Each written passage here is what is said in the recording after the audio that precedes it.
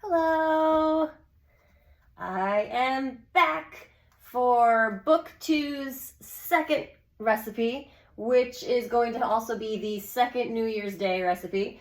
We are going to go ahead and make the bulgogi today.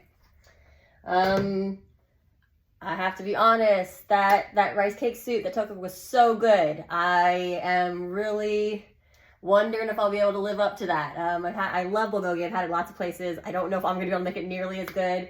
And man, with how good that soup came out, I'm hoping that this one also is going to come out really well.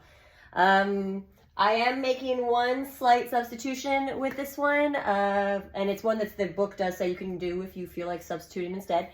That is, I am not a fan of anchovies, so I'm not going to make anchovy broth. I'm going to use beef broth instead, which is one of the options. It also has an option in there to just use water with it instead. But I'm going to be doing that substitution. So let's go ahead and get started with this. It does mention in there that you can also do it with glass noodles or anything if you wanted. And one of the things it mentions is you can do it with a side of rice, which I'm going to do because I have a lot of that right now. So let's go ahead and get started and hope this one works out too.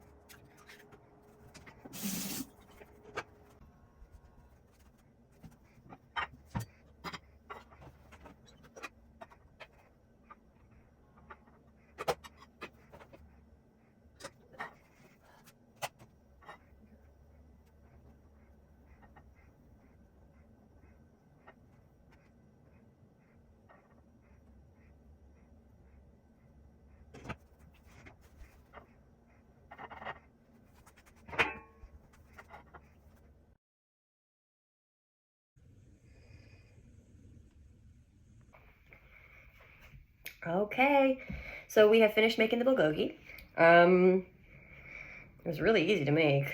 Like, in the time that after you marinate the meat and put it to sit in the fridge, you get everything else going. So, like, super simple. That was great. Like I had mentioned before, I was nervous because, like, this is one of my favorite things to order at Korean restaurants and stuff like that. And I'm just worried I'm not going to have done it justice. So we will find out. Transitioning from cooking with BTS to EatJen. Hopefully it came out okay. It smells like it came out okay. My kitty thinks it smells okay because he just came out of hiding too, so we'll find out.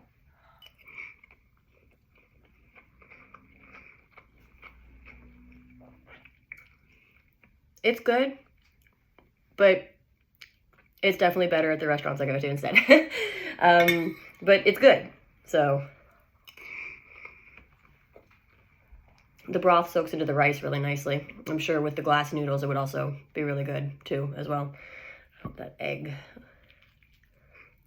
I will say one of the things that I did notice, the book says supposedly that after you put the eggs into the pot and put the lid on, it should only take another 2 to 3 minutes.